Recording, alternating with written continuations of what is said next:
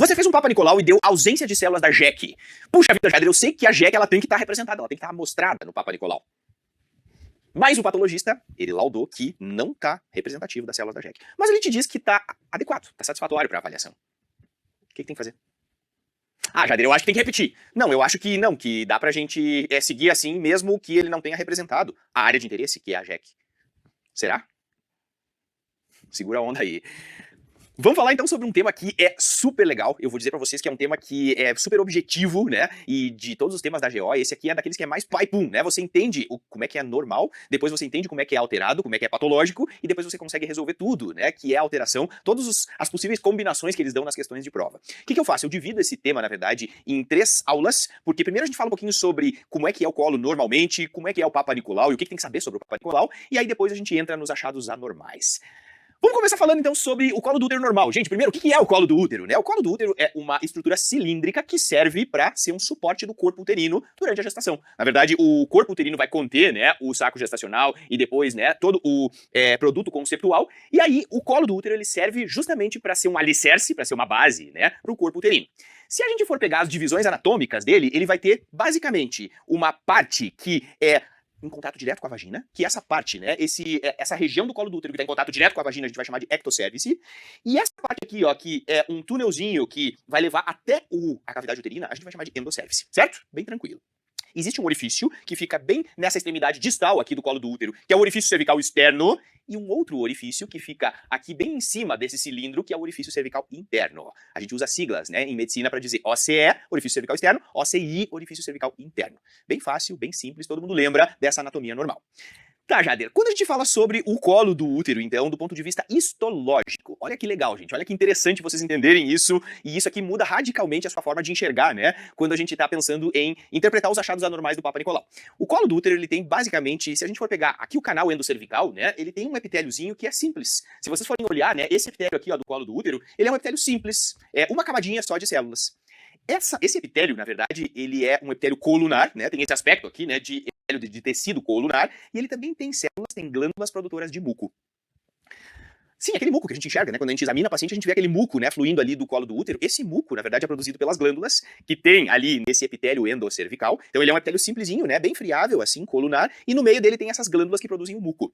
Esse muco, gente, ele serve para servir de veículo, né, para os espermatozoides. Ele acaba funcionando, né, se a gente for pensar na fisiologia, ele acaba funcionando como um veículo para os espermatozoides e ele também capacita os espermatozoides. Tem uma reação química que ele faz com os espermatozoides para tornar eles capazes de fecundar. Para isso que serve o muco, certo? Só que esse epitélio ele é um epitélio super simples, super friável, né, que reveste o canal endocervical. Quando ele começa a chegar bem pertinho ali, ó, do orifício cervical externo, do OCE, presta atenção, ele começa a entrar em contato com o ambiente vaginal, né? Ele entra em contato com a acidez da vagina, ele entra em contato com uma cavidade que tem uma comunicação com a parte externa, e também ele acaba sofrendo, então, um processo de agressão química, física e biológica. O que vai fazer com que esse epitélio, como é que ele vai responder a essa agressão? Olha que legal, esse epitélio que é simples, colunar, quando ele começa a entrar em contato com a acidez da vagina, ali bem ao nível do OCE, ele vai se defender, ele vai começar a se defender disso. E ele se defende se tornando estratificado. Olha que bacana, aqui eu tenho um epitélio simplesinho, né, entrou em contato com a acidez da vagina, opa, começa a dividir, né, e ele começa a se estratificar, cada vez aumentar mais essa camada estratificada. Então esse processo, na verdade, de transformação de um epitélio simples em um epitélio estratificado, em patologia a gente chama de metaplasia. Lembra disso? A gente estuda muito isso, né, em patologia na faculdade. Metaplasia nada mais é do que a transformação de um epitélio simples em um epitélio estratificado. Então, quando sofre metaplasia, começa a estratificar e fica um epitélio mais grosso, mais espesso, né, mais adaptado para esse ambiente ácido da vagina. E depois que passa o OCE, vai ter só epitélio estratificado. Então, o que eu tô querendo te dizer? Que no canal endocervical, na endocervice, eu vou ter um epitélio simples com glândulas, vai ter um trechinho de epitélio aqui, ó, que é um epitélio em metaplasia, e depois, lá na vagina, eu vou ter um epitélio totalmente estratificado. Tá, então quer dizer que assim, se eu for pegar um corte histológico, né, do colo do útero, o que eu vou ter são 3 epitélios? Exatamente, são 3 epitélios. Olha que legal, olha que bacana. Aqui eu vejo um epitélio bem simples, tá vendo? Um epitélio simplesinho. Aí, à medida que ele começa a chegar bem ao nível do OCE, eu vou ter uma parte que é uma parte de epitélio em metaplasia, e logo depois eu vou ter um epitélio estratificado. Então a gente tem um epitélio simples, um trecho de epitélio se estratificando, que é o epitélio metaplásico, e lá embaixo, ó, eu vou ter um epitélio totalmente estratificado, escamoso, né, estratificado. Tá, Jader, então quer dizer que assim, ó, se eu for pegar tudo isso aqui, né, esses 3 tipos de epitélio que tem aqui, Qual deles vocês acham que é o epitélio mais suscetível a ter transformação neoplásica? Pensa comigo. Um epitélio simples, um epitélio estratificado, ou um trechinho de epitélio que está em constante processo de turnover celular de estratificação? Óbvio que é esse epitélio dinâmico, né? Esse epitélio que tem um monte de turnover, de renovação celular, é ele que tem sempre célula dividindo, né? É ele que tem mais risco de transformação neoplásica. Então olha que legal, esse trecho de epitélio que está sempre se estratificando, ele recebe um nome que é a junção do epitélio escamoso com o epitélio colunar. Por isso que ele recebe o nome de junção escamo-colunar, a famosa JEC. Então, quando a gente fala em JEC, em ginecologia, junção escamo-colunar, é esse trecho, né, de epitélio simples, colunar, que está lá dentro do colo do útero, lá na endocérvice, que começa a se transformar em epitélio escamoso. Por isso, junção escamo-colunar. E é ela, gente, é ali que tem um monte de célula multiplicando que surge o câncer do colo do útero. Justamente por ser um epitélio de alta renovação celular. É um epitélio dinâmico, que está sempre sofrendo, né, divisão celular. É ali que surge o câncer do colo do útero. Por isso que a JEC, ela definitivamente é o local que a gente precisa colher o nosso exame de Papa Nicolau. Justamente porque ela é a nossa zona de interesse, é onde o tumor surge. Fechou? Entendido? Legal, Jader. Agora mostra do ponto de vista bem prático onde que tá a JEC. Olha só que legal, ó. Quando a gente examina a nossa paciente, a gente vai passar o espéculo, né? E a gente vai ver, então, basicamente, essa parte rosa aqui, ó, do colo do útero, que vocês estão vendo. Essa parte rosa é ectocervice, certo? Isso aqui, gente, é epitélio escamoso, beleza? Porque é epitélio estratificado e escamoso. Esse vermelho que vocês estão vendo aqui, ó, isso aqui é epitélio simples colunar com glândulas produtoras de muco. Então, esse é o epitélio da endocérvice. Tá, mas o que é a JEC? A JEC, a junção escamo-colunar, é exatamente a transição do vermelho com o rosa. É isso aqui, ó. É esse trechinho aqui, ó, que você tá enxergando, ó, de transição do vermelho com o rosa. Aqui é que é a junção escamo-colunar. É exatamente aqui que a gente tem que coletar o Papa Nicolau. Aqui que a gente tem que passar, né, a nossa espátula para poder coletar o Papa Nicolau. Porque é exatamente nessa parte, nesse trecho, né, que surge o câncer do colo do útero. É aí que existe uma maior chance de alto turnover celular, assim, são células que estão sempre multiplicando, e é aí que surge o tumor. Ficou claro? Entendido? Maravilha! Olha aí como não é difícil, né, gente? Às vezes a gente na prática, né, ouve falar e às vezes vai no piloto automático de algumas coisas, mas se a gente entende a base, fica super fácil, super compreensível, né, da gente entender o porquê que é esse o local que a gente precisa coletar e porquê que realmente ela é a zona de interesse. Existem alguns tumores do colo do útero que podem surgir em outras localidades, né? Mas a gente sabe que praticamente essa incidência ela é muito pequena, né? Ela é quase desprezível. Então, a grande maioria dos tumores de colo de útero surgem na JEC, na junção escamo-colunar. Tem inclusive estudos, né, que colocam assim, quase totalidade dos cânceres de colo de útero surgem ao nível da JEC. Tá certo? Tá certo, é exatamente isso. A quase totalidade, se a gente for pegar do ponto de vista epidemiológico, a quase totalidade dos tumores surgem ao nível da JEC. Porque justamente um epitélio super dinâmico é o epitélio que está mais exposto, né, a um risco de transformação neoplásica. Certo? Outro ponto importante, se colocar no laudo de um Papa Nicolau a palavra metaplasia, às vezes a gente confunde, né, metaplasia, como ela é muito parecida com neoplasia, às vezes a gente confunde, né, e acha que metaplasia é uma coisa ruim, né, no colo do útero não, gente, não é uma coisa ruim, é uma coisa normal, é um fenômeno histológico absolutamente normal. Então se aparecer lá numa questão de prova, né, ou na sua vida, você vai ler um laudo de Papa Nicolau e tem escrito assim, metaplasia, às vezes eles colocam metaplasia imatura, metaplasia madura, metaplasia escamosa, eles entram no patologês, né, que a gente sempre fala. Gente, metaplasia é normal, qualquer tipo de metaplasia é normal no colo do útero. Fechado? Maravilha! Então, quando a gente faz a coleta, né, do Papa Nicolau, a gente usa o espéculo, a gente usa a espátula de Aire, né? Essa espátula de Aire aqui, ela tem então um rabo que a gente chama de rabo de peixe, né? É aqui que a gente vai fazer a coleta, colocando sempre, né, a parte menor da espátula no orifício e girando em 360 graus, passando então a parte maior. O Cytobrush, que é essa escovinha que vocês estão vendo aqui, também deve fazer parte da coleta, né? A gente também deve usar o Cytobrush aí para poder fazer a coleta. Então, o espéculo, que a gente chama de espéculo de Collins, o nome desse espéculo que a gente utiliza aqui no Brasil, né? Em praticamente todas as unidades é o espéculo de Collins, que é esse que vocês estão vendo. Tem ele também de material que não seja metálico, ele pode ser um material plástico também, mas o nome é espéculo de Collins. E aqui a gente vê as espátulas, então, espátula de Aire e Cytobrush para poder fazer a coleta. Legal, Jader, aqui bem fácil, eu entendi bem. Agora vamos entender qual é a rotina para rastreio no Brasil, né? No Brasil, gente, o Ministério da Saúde fez um estudo mostrando que a gente não precisa coletar Papa Nicolau em pacientes menores de 25 anos. Então, eles dizem que a rotina deve ser dos 25 anos até os 64 anos de idade. Puxa vida, mas então quer dizer que assim, eu só começo a coletar com 25, antes dos 25 não precisa coletar? Não, o Ministério da Saúde diz que não precisa coletar. É a partir dos 25 anos e a cobertura total é até 64 anos. Depois de 64 anos, não precisa mais coletar. Eu sei que você já tá franzindo a testa, assim, tipo, mas eu não concordo com isso, né? Por que isso, né? Por que eles fazem essa ideia, né, de coletar só a partir dos 25 anos? Calma, deixa a provocação, a dúvida na sua cabeça que eu já vou te explicar o porquê. Mas eu gosto justamente desse desconforto que gera, né, quando a gente fala as idades. Por que não coletar antes dos 25 e por que não coletar depois dos 64? Segura aí. Eles dizem assim, ó, o primeiro exame deve ser coletado com 25, aí depois o segundo exame com 26. Se eu tenho 2 exames anuais negativos, eu vou fazer a coleta de 3 em 3 anos. Caramba! Então quer dizer que assim, ó, fez o primeiro com 25, negativo. Segundo com 26, negativo. Aí, a partir daí, se tem 2 exames com um intervalo de 1 ano negativos, faz de 3 em 3 anos até os 64. Tá, tudo bem, entendi. Mas assim, ó, explica bem pra gente os casos, todos os casos, e também aqueles específicos. É exatamente isso. Esse é um dos pontos dessa aula que mais cai na sua prova. Presta atenção. Por que eu não vou rastrear antes dos 25 anos, né? Dr. House, eu sei que você tá pensando aí, mas eu queria rastrear. Eu acho que assim, se eu tenho uma paciente que já começou vida sexual com 13, 14 anos, já teve múltiplas parcerias sexuais, eu acho que eu tenho que rastrear antes dos 25 anos. Por que não tem que rastrear antes dos 25 anos? Então então deixa eu te explicar, calma, segura a onda aí. Antes dos 25 anos, gente, a gente sabe que existe ainda uma resposta imunológica ao HPV. Deixa eu te mostrar bem didaticamente no gráfico. Olha só. Vamos pegar assim, ó, as idades, né, da vida aí das mulheres. Vamos pegar assim, ó, toda a população feminina, vamos colocar a idade da vida. 15 anos, 20 anos, vai até os 45 anos, esse gráfico que a gente fez. E ali, no eixo Y, a gente coloca incidência. O que acontece? Elas costumam se contaminar pelo HPV nas primeiras relações sexuais lá na adolescência, certo? Então vamos pegar primeiro só a curva da infecção pelo HPV, né? Elas começam a se contaminar lá nas primeiras relações sexuais, 15 anos, 16 anos, e aí começa a aumentar muito, né, a contaminação, a infecção pelo vírus HPV. O organismo, ele tem capacidade imunológica para lutar contra o vírus e começar a depurar, né, esse vírus. Começar a colocar esse vírus para fora, né, eliminar a infecção viral.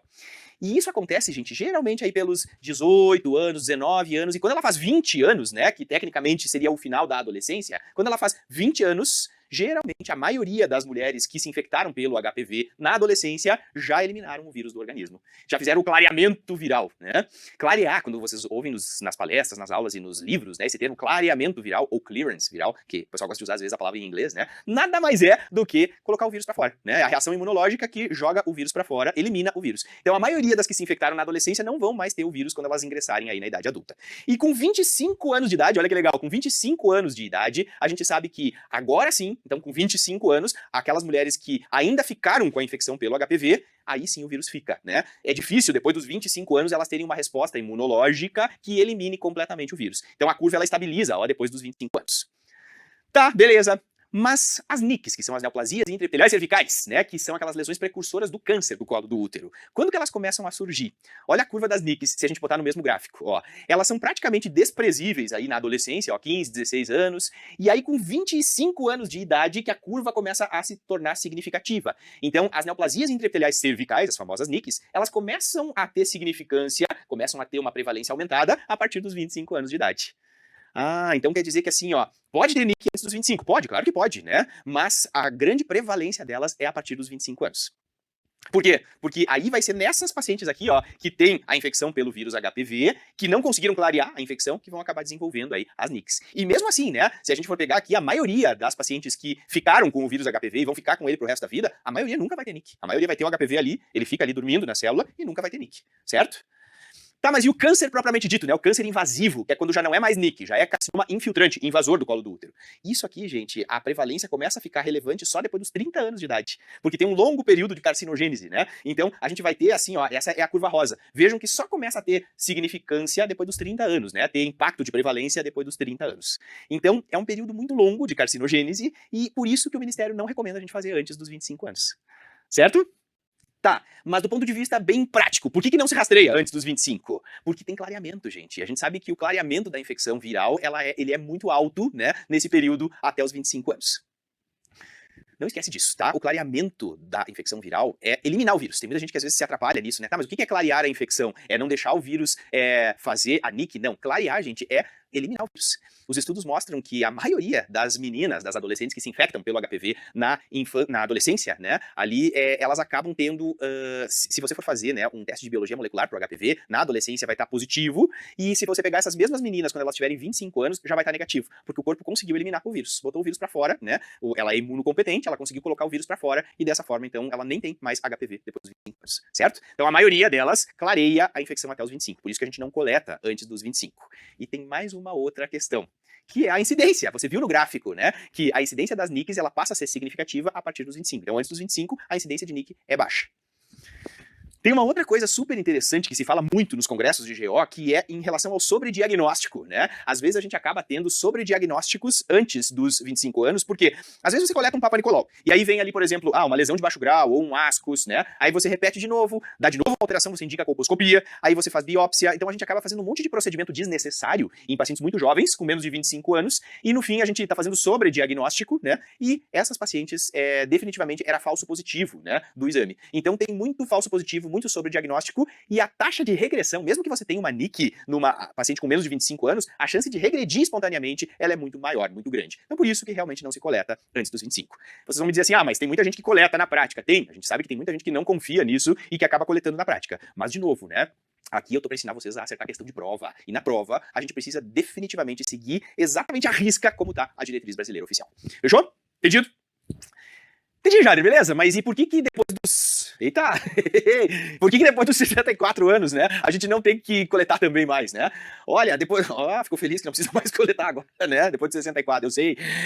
Não precisa coletar depois de 64, gente, porque a chance da paciente, depois dos 64 anos, se contaminar pelo HPV, fazer todo aquele ciclo, né, de... NIC, e aí depois a NIC evoluir para uma neoplasia invasiva, é muito difícil disso acontecer, né? Depois de 64 anos, a chance dela morrer de uma outra condição, de uma outra complicação, é muito maior. Por isso que o Ministério da Saúde não recomenda mais fazer depois de 64 anos. Entendido? Beleza? Mas uma coisa importante vocês saberem para a prova é que para poder interromper o rastreamento aos 64 anos, a gente tem que ter pelo menos 2 exames negativos nos últimos 5 anos. Então ela tem que ter assim, fez 64 agora, ela tem que ter um exame de 60 anos e um de 63, né? Um quando ela tinha 60 e um quando ela tinha 63, por exemplo. Porque tem que ter 2, né, exames negativos nos últimos 5 anos para você realmente poder interromper, certo? Mas como eu tô vendo que você tá indo bem, deixa eu aprofundar um pouquinho mais ainda. E se ela chegou lá nos 64 anos e nunca fez exame? A paciente nunca fez, nunca foi no médico, aquela coisa, né? Agora com 64 anos ela resolveu ir pra fazer pela primeira vez o Papa. Parece uma coisa meio surreal, né? Mas acontece, gente, acontece. Não duvidem porque isso acontece. A gente vive num país continental, né? E tem tanta coisa que a gente vê por aí. Se ela, por acaso, chegou com 64 anos, que já é o momento de não coletar mais, né? E ela te diz que nunca fez exame, aí o Ministério diz assim, colete um exame e colete o segundo exame com intervalo de 1 a 3 anos, né? Que seria a periodicidade do rastreamento. Então você coleta um e o segundo em 1 a 3 anos, mesmo que ela tenha mais de 64. Se essa paciente tiver 2 exames negativos, essa paciente que nunca apareceu na vida, né? Fez o primeiro exame com 64 anos de idade e ele deu negativo. Eu vou repetir de novo, mais uma vez, né? E ele deu de novo negativo. Essa segunda, essa repetição tem que ser de 1 a 3 anos. Deu de novo negativo, 2 exames negativos depois de 64 anos, pode parar, pode interromper. Fechado? Maravilha, aí.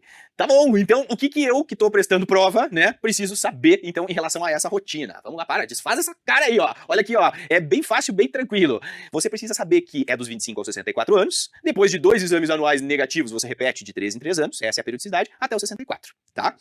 Tá, Jadir, mas assim, a teoria é diferente da vida, né? Digamos que ela se perdeu, né? Digamos que a paciente se perdeu. Como assim se perdeu? Aqui, digamos que ela fez um exame, ela tinha 25, depois repetiu com 26, tudo legal, tudo negativo. Aí essa paciente, ela resolveu voltar com 36 anos. Não, mas aí também não dá, né, gente? Poxa, era pra voltar em 3 anos. É de 3 em 3 anos que se faz. E ela voltou 10 anos depois, até mais de 10 anos. Então, se a paciente se perdeu, tem que voltar de novo para aquela rotina inicial, né? O que é a rotina inicial? Você coleta um exame agora, quando ela tem 36, e o segundo em 1 ano, né? Então, se tem 2 exames, com intervalo de 1 aninho entre eles, negativo, 2 exames negativos, né? E um intervalo de 1 ano entre eles, aí a gente pode fazer de 3 em 3 anos, certo? Isso é o se ela se perder, entendeu? Digamos que assim, ela fez ali no início 25, 26, e aí depois ela voltou só com 40 anos. Então, se a paciente se perdeu, deixou mais de 3 anos para coletar, aí você, de novo, tem que fazer como se ela tivesse 25. Faz um agora, repete em 1 ano, os 2 dão negativos? Beleza, então agora pode fazer de 3 em 3 anos, certo? Se ela tá grávida, problema nenhum. Mas pode coletar em gestante? Pode. Mas a escovinha lá dentro do colo? Pode, sem medo. Aquele mito que tinha antigamente, né, de que, não podia coletar lá dentro com a escova. Pode, claro que pode. Não é isso que vai provocar aborto. O feto tá lá no corpo, lá na cavidade uterina, tá no corpo uterino. Papa Nicolau se coleta do colo, né? Então, assim, mesmo que você entre no canal com a escova, você não vai chegar no saco gestacional. Então, pode coletar. Tá, e se ela não iniciou vida sexual? Puxa vida. A paciente não teve atividade sexual com penetração. Precisa coletar? O que você acha? Pensa comigo, olha só. O que é que causa o câncer do colo do útero? A base inicial para tudo. HPV, certo? Certo, tá bom. O que passa HPV? Pinto! Isso, o que passa HPV é pinto, certo? A paciente Não teve contato, não teve atividade penetrativa. Tá bom, então se ela não teve atividade penetrativa, não precisa coletar, gente. Não tem necessidade. Ah, então tá. Então quer dizer que assim, se não tem atividade penetrativa, não tem por que a paciente fazer coleta. Ela tem 30 anos, nunca teve nenhuma atividade sexual com penetração, não precisa fazer. Tá, mas e as pacientes que têm relacionamento homoafetivo exclusivo? Presta bem atenção nisso. Olha só, se a paciente tem relacionamento com atividade penetrativa, então se ela usa objetos eróticos, né, usa qualquer tipo de objeto para fazer atividade penetrativa, tem que coletar. Então a pergunta é, né, o que passa o HPV? Na verdade é pinto, né, e afins, né, e os objetos eróticos. Então, se a paciente já teve qualquer tipo de atividade penetrativa na vida, ela tem que fazer a coleta. Se ela nunca teve nenhum tipo de atividade penetrativa na vida, não precisa fazer a coleta. Fechado? Beleza, tá bom, entendi. E se ela tirou o útero? Digamos que ela fez uma esterectomia, né, por patologia benigna. Digamos que ela teve aí um mioma, né, e ela teve que tirar o útero porque ela teve mioma. Não precisa coletar, gente. Não tem necessidade. Se a paciente tem, antes da esterectomia, 2 exames negativos, né, essa paciente não precisa mais coletar. Tá bom, então quer dizer que assim, esterectomia por patologia benigna não coleta mais? Não, não coleta mais. Você só coleta do fundo de saco vaginal ali se a paciente tinha no passado, né, digamos que ela teve no passado aí uma história de uma NIC 2. Digamos que assim, ó, uma NIC 2 ou 3, né? Digamos que no passado ela teve que fazer um cone quando ela tinha 28 anos por NIC 2, 3, certo? Beleza, ficou bem depois do cone. E aí lá com 45 ela teve mioma e teve que tirar o útero. Então ela foi esterectomizada por patologia benigna. Mas ela tinha no passado uma história de NIC. Então essa paciente eu tenho que manter o rastreamento. Essa é a única esterectomizada, né? Se ela já teve no passado história de NIC, que eu vou coletar do fundo de saco vaginal. Aí. E se for por patologia maligna, digamos que ela tirou o útero por câncer, bom, aí eu vou seguir coletando também, né? Aí nesse caso não vai ser nem rastreamento, né, gente? Nesse caso vai ser segmento, follow-up de paciente tratada de câncer. Em relação à questão da imunossupressão, né? Se a paciente for imunossuprimida, eu vou coletar semestralmente no primeiro ano. Muda completamente de figura, né? Então, se a paciente for imunossuprimida, eu vou coletar semestralmente no primeiro ano e depois eu vou fazer anualmente. Tá, mas o que seria imunossupressão? Se ela for HIV, né? Digamos que a paciente tem aí HIV, ou a paciente ela é uma paciente que tem doença reumatológica, usa cronicamente um imunossupressor, ou ela é uma transplantada, tem que usar cronicamente um imunossupressor, então eu vou coletar semestralmente por um ano e depois eu faço anualmente, certo? Então muda a rotina se ela for imunossuprimida.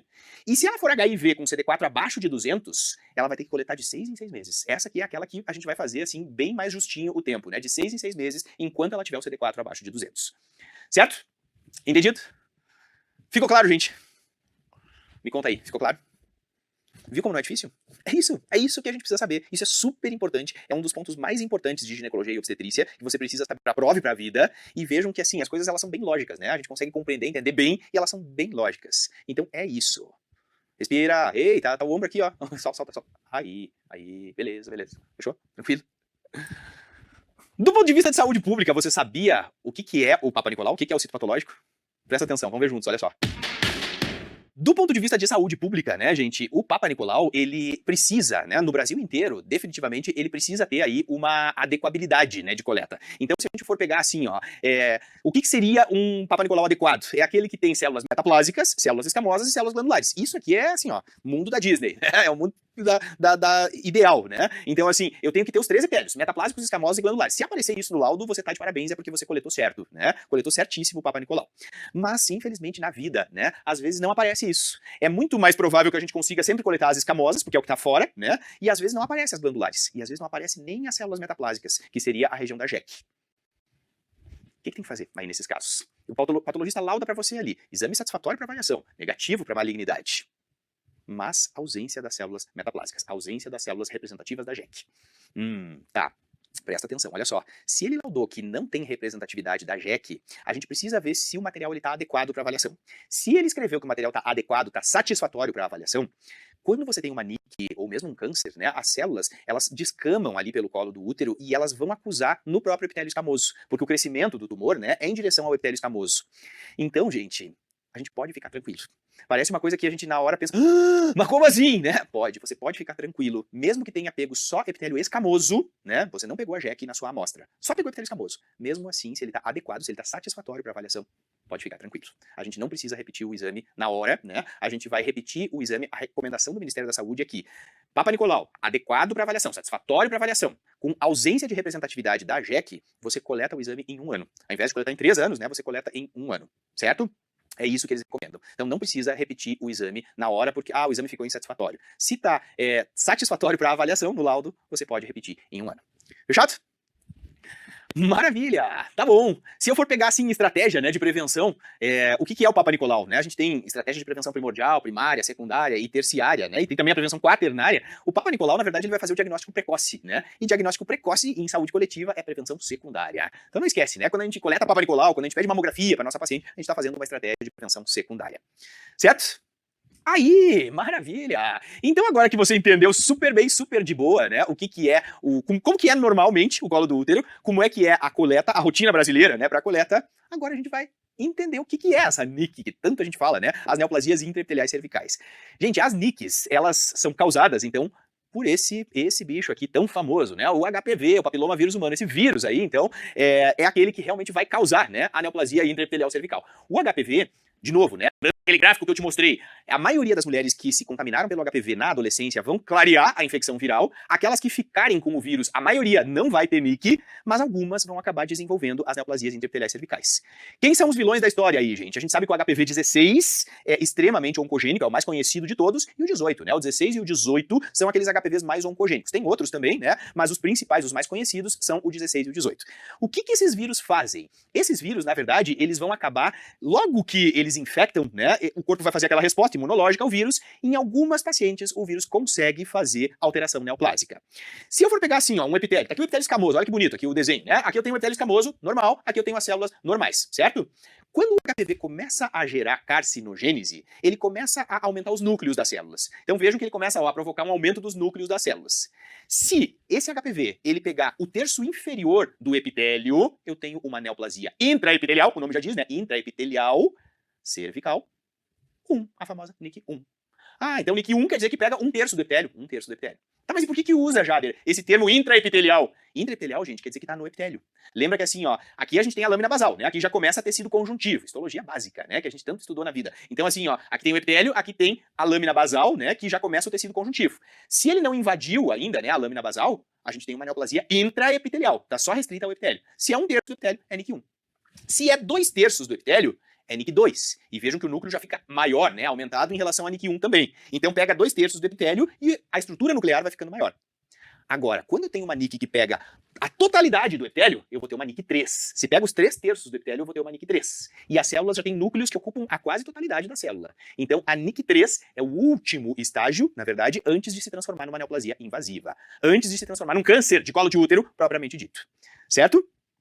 Tá, beleza, entendi. Então quer dizer que assim, ó, NIC 1, 1/3, NIC 2, 2/3, NIC 3, os 3/3. Mas nenhuma delas invadiu pra baixo, né? Ó, nenhuma passou daqui. A NIC 3 é o último estágio, já tá ocupando tudo, ó, os 3/3 do epitélio. Logo, ela vai invadir se ela não for tratada. Mas ela tá aqui, ainda tá restrita ao epitélio, portanto ela não tem capacidade nenhuma de provocar metástases.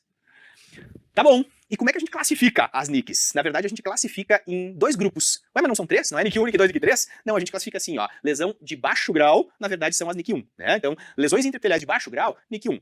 Já as lesões intraepiteliais de alto grau, aí vai ser a NIC 2 e a NIC 3.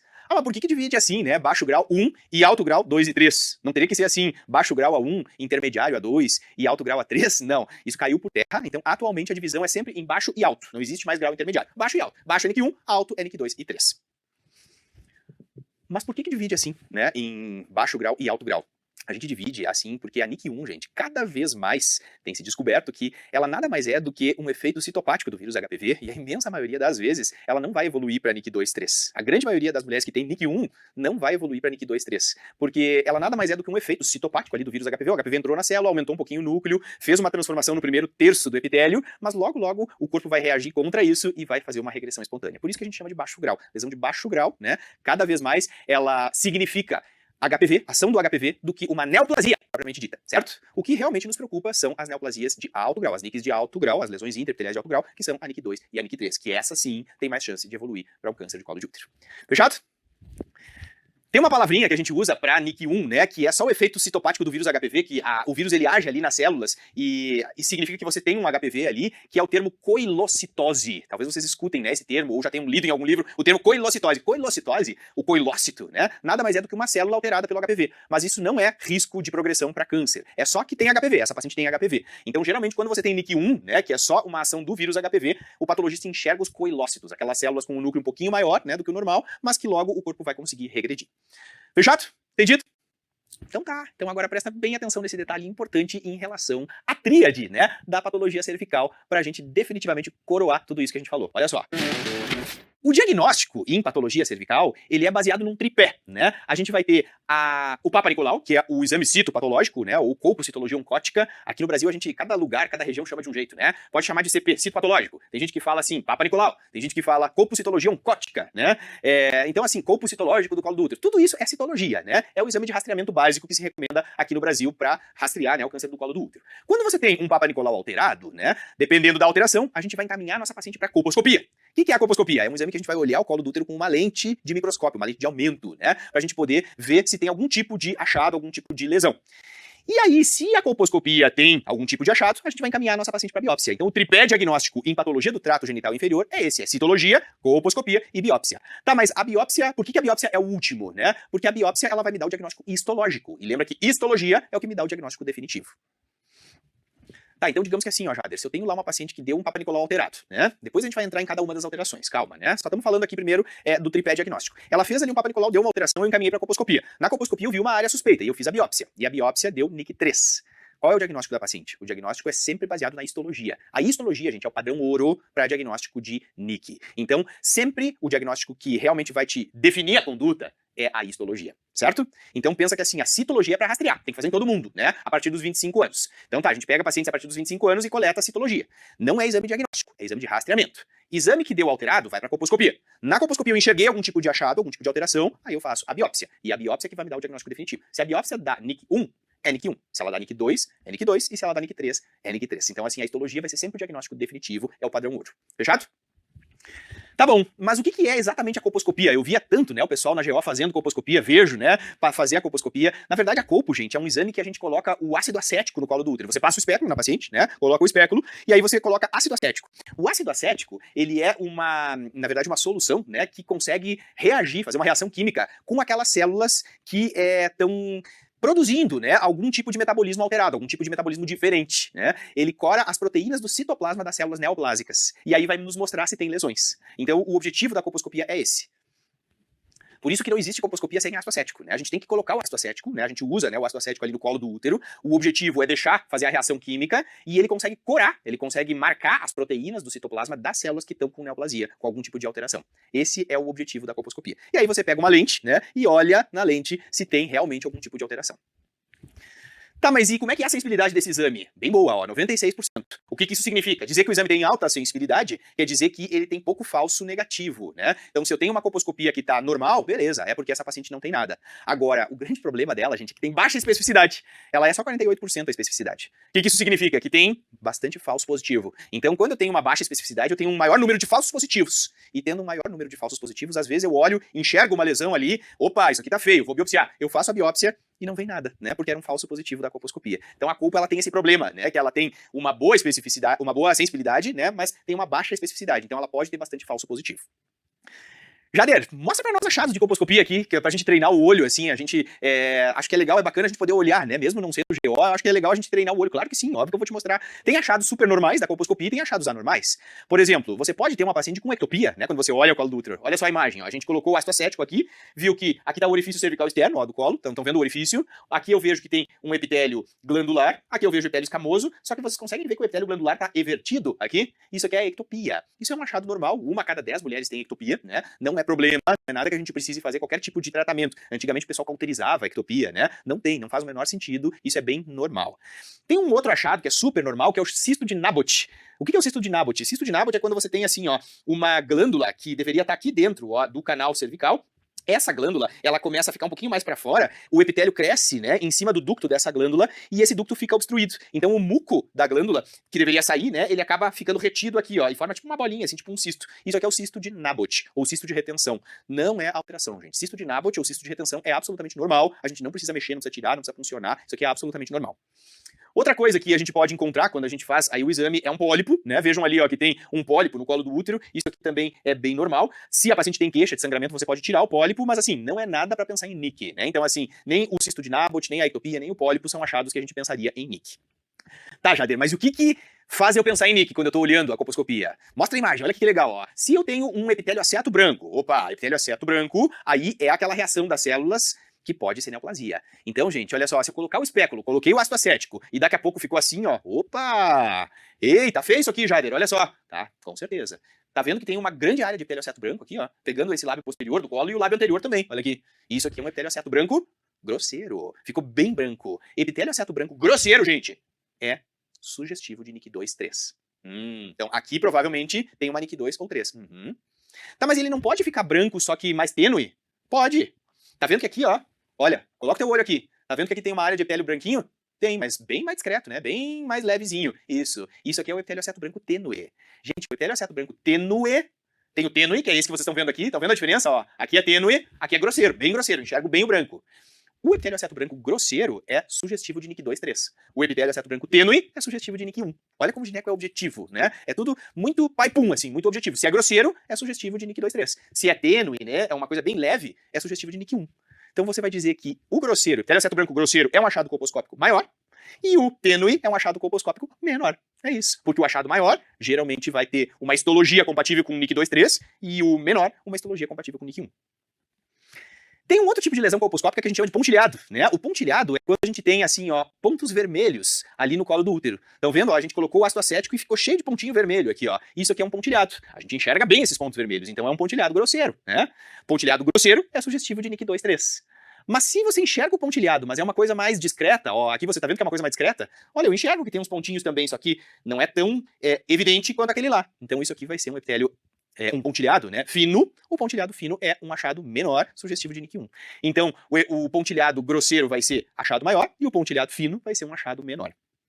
Tá bom. Então eu já sei que quando eu fizer a biópsia, aqui eu espero encontrar uma NIC 1, né, e ali eu espero encontrar uma NIC 2, 3. É isso. Tá, e se eu enxergar mosaico? Mosaico, gente, é como se fossem ladrilhos, né? Figuras geométricas no colo do útero. A gente enxerga aqui, ó, parece que tem uns hexágonos, né? Parece que tem uns octógonos. Isso aqui é mosaico grosseiro. Isso aqui é sugestivo de NIC 2, 3. Mas pode ter também aquele mosaico que é muito fininho, né? O mosaico fino. Se eu enxergo um mosaico fino, aí é sugestivo de NIC 1. Então, o mosaico grosseiro é um achado maior. O mosaico fino é um achado menor. E tem um outro tipo de achado de colposcopia que é quando você enxerga vasos sanguíneos atípicos. Opa, peraí, aí muda de figura. Os vasos atípicos é quando a gente enxerga uma área no colo do útero que tem, uns vasos bem irregulares. Ó, estão vendo que aqui tem uns vasos irregulares, eles parecem que se ramificam, né? Vasos atípicos, gente, é sempre um achado maior. Sabe por quê? Porque vasos atípicos, eles definitivamente significam que aí tem neoangiogênese, tem novos vasos se formando, e isso significa que essa paciente pode ter uma neoplasia invasiva. Então presta atenção em questão filezinho mignon de prova aí, ó, dos achados colposcópicos, né, epitelioceto branco grosseiro, pontilhado grosseiro, mosaico grosseiro e vasos atípicos, qual que é o mais sugestivo de neoplasia invasiva? Isso aí já é questão batida de prova e que volta e meia aparece de novo. O mais sugestivo de neoplasia invasiva são os vasos atípicos, porque os vasos atípicos, eles significam neoangiogênese, neovascularização, e aí quando tem vasos atípicos, provavelmente você já tem, não tem mais NIC 3, né, você já tem aí uma lesão invasiva do colo do útero, certo? Legal, gente. Então mostrei umas imagens aí pra gente poder treinar o olho, né? Lembra que a colposcopia ela vai orientar a nossa biópsia, né? E aí então a gente vai conseguir fazer a biópsia guiada pela colposcopia para ter o diagnóstico definitivo, que vai ser a histologia. Não esquece que é sempre a histologia, né? O diagnóstico definitivo. Ô, Jader, quando a gente faz a biópsia, a gente faz orientada por colpo, certo? Certo. Mas quando eu faço a colposcopia, no final da colposcopia, tem um teste que eu posso fazer que é melhor para orientar a minha biópsia do que usar o ácido acético? Tem um teste que a gente chama de teste de Schiller. Lembra desse teste? É uma solução que se chama Lugol. É uma solução de iodo, né? Que se chama Lugol. Então, o nome da solução é Lugol, uma solução de iodo, né? E essa solução também vai fazer uma reação química, né? A gente usa muito em GO reações químicas. Você vai usar a solução de Lugol que vai corar aquelas células que têm glicogênio, que são ricas em glicogênio. Ih, mas peraí. O que tem glicogênio? O epitélio escamoso do colo do útero normal é riquíssimo em glicogênio, né? Lembra que o glicogênio, inclusive, é o que as bactérias de Doederlein usam para o seu metabolismo, né? E transformam em ácido láctico, é o que mantém a acidez normal da vagina. Então, o que vai acontecer? O glicogênio, ele existe no epitélio escamoso. Quando a gente tem uma célula com câncer ou com NIC, o que vai acontecer? A célula consome esse glicogênio, né? E aí, quando você bota o iodo ali, a solução de Lugol, ela não cora. Então, a gente diz que o teste de Schiller, quando cora com o iodo, ele vai ser negativo. É um teste de Schiller normal. Agora, quando ele não cora com o iodo, com o Lugol, é um teste de Schiller positivo. Aí quer dizer que tem suspeita de NIC, né? Tem suspeita de algum tipo de neoplasia.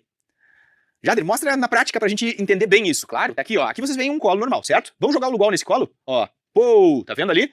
Ó, joguei o Lugol, corou todo o epitélio escamoso, estão vendo? Ó, isso aqui é iodo positivo, corou tudo. Ah, mas aqui não corou, aqui não tá corando. Sim, aqui é epitélio glandular. Aqui não tem que corar mesmo. O que tem que corar é o escamoso, que é o que tem glicogênio. Tá, beleza. Então o Schiller é negativo, aqui não tem nada. Agora, se você jogou o iodo e aparece isso aqui, ó. Peraí. Isso aqui corou, né, o epitélio escamoso, mas aqui tem uma área que não corou. Isso aqui é um iodo negativo, portanto Schiller é positivo. Aqui tem algumas células que estão consumindo, que consumiram o glicogênio. Pode ter uma NIC aqui. Então é aqui que você vai biopsiar. É essa parte que você vai fazer a biópsia, porque você sabe que tem células ali que consumiram o glicogênio, né? Portanto é ali que provavelmente você tem uma área de neoplasia. Fechado? Entendido? E pra gente finalizar, vem aquela velha pergunta, né? E os testes pro HPV? Por que a gente não faz teste para HPV? Por que só se baseia no Papa Nicolau, não faz teste para HPV? Gente, os testes para detectar o DNA, né, do vírus HPV, eles não são utilizados como rotina no Brasil. Em muitos países do mundo são usados, né, esses testes. Vou dizer para vocês que a tendência, talvez nos próximos anos, é que aqui no Brasil se use. Mas ainda não entrou, né, como uma rotina propedêutica no rastreamento do câncer do colo do útero. Por isso, são exames que a gente não pede, que não tem nenhum sentido, nenhum tipo de utilidade clínica até agora, até o momento, no Brasil, né? Em outros lugares do mundo já se usa muito. Inclusive, dá para fazer o teste para detectar o DNA HPV por autocoleta, né? A própria paciente se coleta, né? Ela consegue fazer aí a coleta, inclusive em casa. E tem muitos lugares que estão usando isso, né? Porque aí você só vai coletar Papa Nicolau daquelas que têm HPV positivo. Mas o nosso Ministério da Saúde do Brasil ainda, até o momento, não recomenda, né? Aí a realização do teste de DNA HPV. Certo? Beleza? Então deixa eu te mostrar como é que cai na prova. Olha o que caiu no Revalida em 2023, prova do INEP. 29 anos, nuligesta, sexualmente ativa, foi submetida a exame citopatológico e imunidade básica de saúde. Exame anterior, que foi feito há 1 ano, não tinha alterações. Então tá, ela tem 29, fez um quando ela tinha 28, que estava negativo. O exame atual apresentou o seguinte resultado. Metaplasia escamosa, alterações inflamatórias moderadas, presença de bacilos de Doederlein. Nesse caso, a paciente deve ser orientada a cauterizar o colo do útero, repetir citologia em 3 anos, repetir citologia em 6 meses, ou usar creme vaginal com metronidazol. Gente, como é que tá esse resultado aí desse exame? Tá normal, né? Ah, mas e essas alterações inflamatórias moderadas? Não tem nada, gente. A alteração inflamatória pode ser normal no colo do útero porque a gente sabe que existem aquelas bactérias normais, né? A vagina, ela é colonizada. Ela tem bactérias, então pode dar reação inflamatória. Então, ó, metaplasia escamosa. Metaplasia é normal, certo? A gente já viu que é normal. Alteração inflamatória moderada, normal. Bacilos de Doederlein são as bactérias da vagina. Então, cauteriza o colo, repete em 3 anos, repete em 6 meses, ou trata, a paciente tratar o quê, né? Se ela não tem queixa nenhuma. Cauterizar o quê também, né? Não precisa, gente. Isso aqui tá normal. Se ela tem 29, o exame tá negativo, e ela tinha um exame de 1 ano atrás também negativo, tem 2 exames com intervalo de 1 ano negativos. É de 3 em 3 anos. Letra B, a resposta da nossa questão. Não dá pra gente perder, não dá pra gente ir pra prova aí e perder esse tipo de questão, porque é super tranquilo. Então agora eu volto a te perguntar, se deu a ausência da JEC mais adequado pra avaliação, o que você vai fazer? E aí? Ai, Jader, eu tenho medo, eu queria repetir agora. Calma, não precisa ter medo. Se o exame está satisfatório para a avaliação, está adequado, mesmo que não tenha representado a JEC, você não precisa repetir o exame agora, nesse momento. A conduta recomendada pelo Ministério da Saúde é repetir o exame em 1 ano, certo? Então você repete o exame em 1 ano, porque ele está satisfatório para a avaliação, então a gente não precisa definitivamente se preocupar, certo? Esse tema eu dividi em uma trilogia, né? Então você vai ter aí a parte que a gente só fala sobre o colo do útero normal, a rotina brasileira oficial, né? Que é essa aula que isso despenca no Revalida, gente, mas despenca mesmo. E também mostrei imagens de colposcopia, né? Então essa é a primeira parte da aula. Depois a gente vai pegar aqueles achados alterados, quando tá anormal, e a gente vai destrinchar um por um deles, né? Porque também despenca nas provas do Revalida. Então a gente vai definitivamente dividir em 3, que fica de uma forma mais didática, mais leve, né? E você consegue, depois de assistir a trilogia, né? Das 3 aulas, juntar as pecinhas aí do quebra-cabeça e ficar com o tema bem fresco, bem fácil, para não errar esse tipo de questão. Beleza? Qualquer dúvida, eu vou estar sempre à disposição de vocês. Um abraço.